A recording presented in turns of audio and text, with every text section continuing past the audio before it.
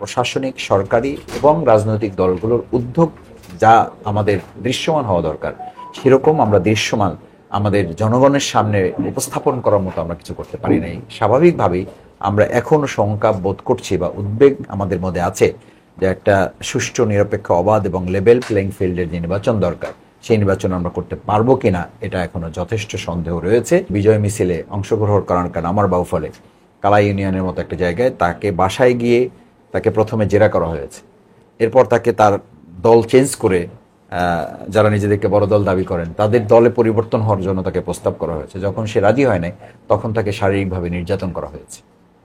তো এইটা যদি এখনই পরিস্থিতি হয়, তাহলে আপনি কি করে আশা করেন যে ভোট কেন্দ্রে গিয়ে আমার ভোট আমি দেবো, যাকে খুশি তাকে দেবো, এই পরিস্থিতি আপনি নিশ্চিত করতে পারবেন? আসসালামু আলাইকুম রহমতুল্লাহ বারাকাতুহু। প্রিয় দর্শক শ্রোতা, কাছে কিংবা দূরে, দেশে কিংবা প্রবাসে, যে যেখান থেকে আপনাদের প্রিয় চ্যানেল চেঞ্জ টিভি দেখছেন, আপনাদের প্রত্যেককে স্বাগত জানাচ্ছি চেঞ্জ টিভির নিয়মিত আয়োজন সোজা সাপটা অনুষ্ঠানে। আজকে আমাদের অতিথি হিসাবে উপস্থিত হয়েছেন বাংলাদেশের তরুণদের জনপ্রিয় মুখ, বাংলাদেশ জামাত ইসলামী ঢাকা মহানগরী দক্ষিণের সম্মানিত secretary general doctor Shafiqul Islam Masud. প্রিয় দর্শক শ্রোতা, চলুন আমরা আজকে আমাদের অতিথির সাথে পরিচিত হই এবং ওনার কথাগুলো আমরা শুনবো ইনশাআল্লাহ। আসসালামু আলাইকুম। ওয়ালাইকুম সালাম। ভাই, আপনি ভালো আছেন? আলহামদুলিল্লাহ। আপনাকে পেয়ে আমরা আসলে বেশি ভালো আছি, কারণ আপনি অত্যন্ত ব্যস্ত মানুষ। আমি যতটুকু জানি যে ব্যস্ততাই সবকিছু নিয়ে ব্যস্ততা। আপনার কাছে এসেছি সাম্প্রতিক কিছু বিষয় নিয়ে। জুলাই ঘোষণাপত্র নিয়ে বিভিন্ন দল বিভিন্ন প্রতিক্রিয়া জানাচ্ছে, আমরা দেখছি পাচ্ছি। তো বাংলাদেশ জামাত ইসলামের পক্ষ থেকে তাদের প্রতিক্রিয়াও আমরা দেখেছি, তারপরও আপনি যদি একটু খোলাসা করে বলতেন। অনেক ধন্যবাদ চেঞ্জ টিভিকে, আপনাকেও, যে আপনি আমাকে আপনাদের জন্য বাছাই করেছেন এই সময়টুকুর জন্য। জুলাই ঘোষণাপত্রের জন্য আমরা দীর্ঘদিন ধরে অনেকের মতো আন্দোলন করে আসছি এবং এটা প্রয়োজন ছিল, কারণ জুলাই আগস্ট আন্দোলনের এই সনদটা হচ্ছে রক্ষা কবচ। এটা না হলে আপনি আজকে যাদেরকে বীর যোদ্ধা বলছেন তারা সন্ত্রাসী হয়ে যাবে, সন্ত্রাসী হিসেবে দেখানো হবে। নিশ্চয়ই।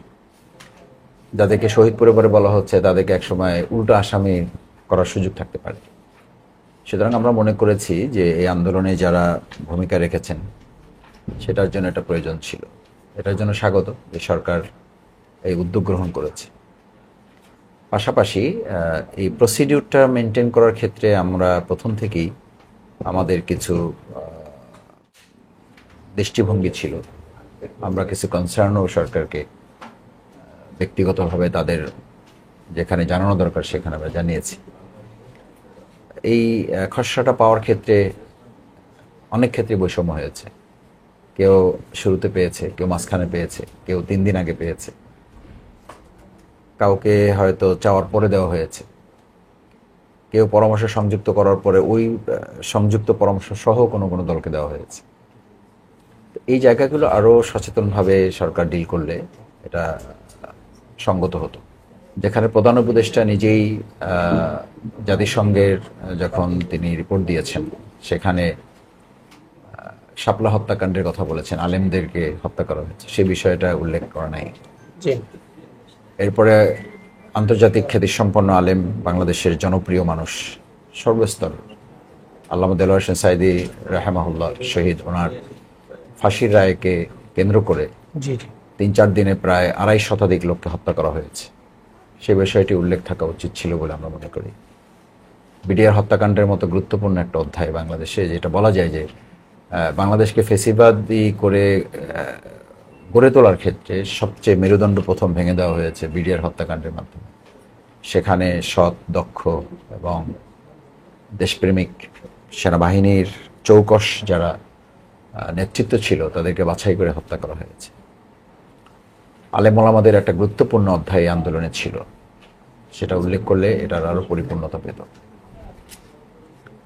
এছাড়াও আমাদের বোনদের প্রাইভেট বিশ্ববিদ্যালয় সহ অনেক গুরুত্বপূর্ণ ভূমিকা তাদের ছিল। একটা পর্যায়ে কিন্তু এই আন্দোলনটা বলা যায় যে প্রশাসন তাদের মতো করে নিয়ন্ত্রণ করে ফেলেছে।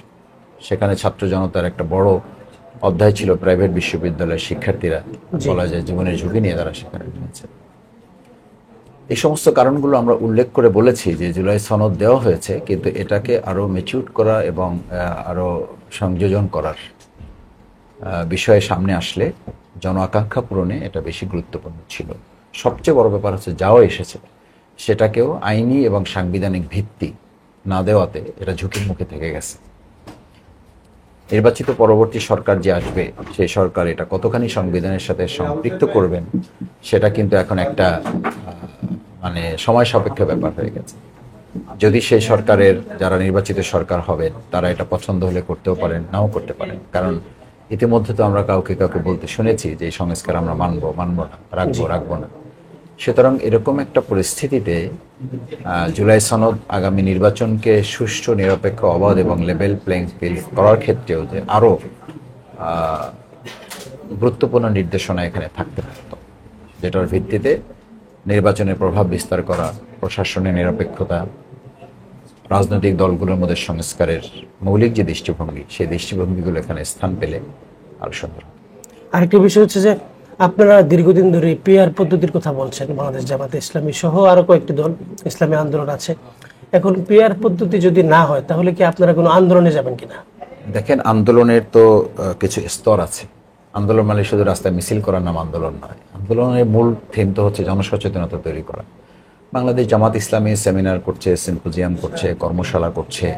আমরা আমাদের বক্তব্য, বিবৃতি, আলোচনার মাধ্যমে জনসচেতনতা তৈরি করার চেষ্টা করছি এবং অধিকাংশ রাজনৈতিক দলগুলো এ ব্যাপারে আমাদের সাথে তারা একাত্মতা ঘোষণা করেছে এবং আমরাও তাদের সাথে একাত্মতা ঘোষণা করেছি।